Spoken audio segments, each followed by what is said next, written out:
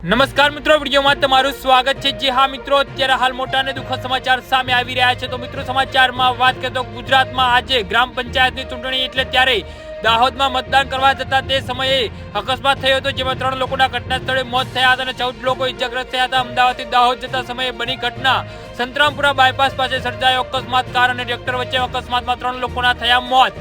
જી હા મિત્રો, અત્યારે હાલ દુઃખદ સમાચાર સામે આવી રહ્યા છે। અમદાવાદથી દાહોદ મતદાન કરવા જતા સમયે કાર અને ટ્રેક્ટર વચ્ચે અકસ્માત થયો હતો। આ અકસ્માત એટલો ભયંકર હતો કે કાર સંપૂર્ણ રીતે ડેમેજ થઈ ગઈ હતી। ઘટનાની જાણ થતાં જ આસપાસના સ્થાનિકો મદદે દોડી આવ્યા હતા અને ઇજાગ્રસ્તોને સારવાર માટે હોસ્પિટલ ખસેડાયા હતા।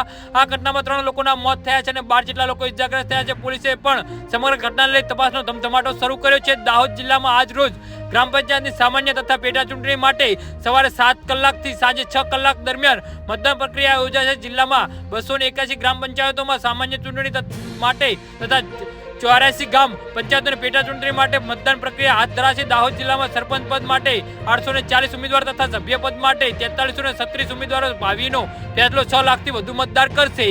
જી હા મિત્રો, તો આના વિશે તમારું શું કહેવું છે તો નીચે મારી કમેન્ટ બોક્સમાં જરૂરથી જણાવજો અને મારી યુટ્યુબ ચેનલને સબસ્ક્રાઇબ કરવાની ભૂલતા નહીં। વિડીયો પૂરો જોવા બદલ તમારો ખૂબ ખૂબ આભાર।